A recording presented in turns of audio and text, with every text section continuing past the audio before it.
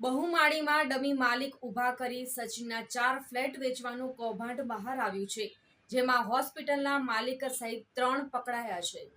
બહુમાળી sub registrar કચેરીમાં 44 લાખના 4 ફ્લેટોના વેચાણ દસ્તાવેજ કરવા માટે આવેલા 2 સાક્ષીઓને સ્ટાફે બોલાવી મિલકત વેચનારને ઓળખો છો કે કેમ તે બાબતે પૂછતા બંને ખરીદનારને ઓળખીએ છીએ, વેચનારને ઓળખતા નથી એવું કહેતા સ્ટાફને શંકા ગઈ હતી.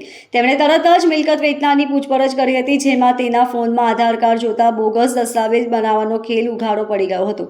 સબ રજિસ્ટ્રારના સ્ટાફના કર્મચારી અંજનાબેન મુગલેસરાય અથવા લાઇન્સ પોલીસમાં ફરિયાદ આપી છે, જેના આધારે પોલીસે જીશાન મોહમ્મદ રફીક ખાન, સંતોષ દામોદર પાણીગ્રાહી અને પ્રદીપ કાશીનાથ સાહુની સામે ઠગાઈનો ગુનો નોંધ્યો છે. સંતોષ નામના સુધીર લિંગરાજ ગોડાએ સચિન ખાતે સાઈપાર બિલ્ડિંગમાં 4 ફ્લેટ ખરીદી કર્યા હતા, પરંતુ તેમનો છેલ્લા ઘણા વર્ષોથી કોઈ પત્તો નથી. Bureau report LK star news, Surat.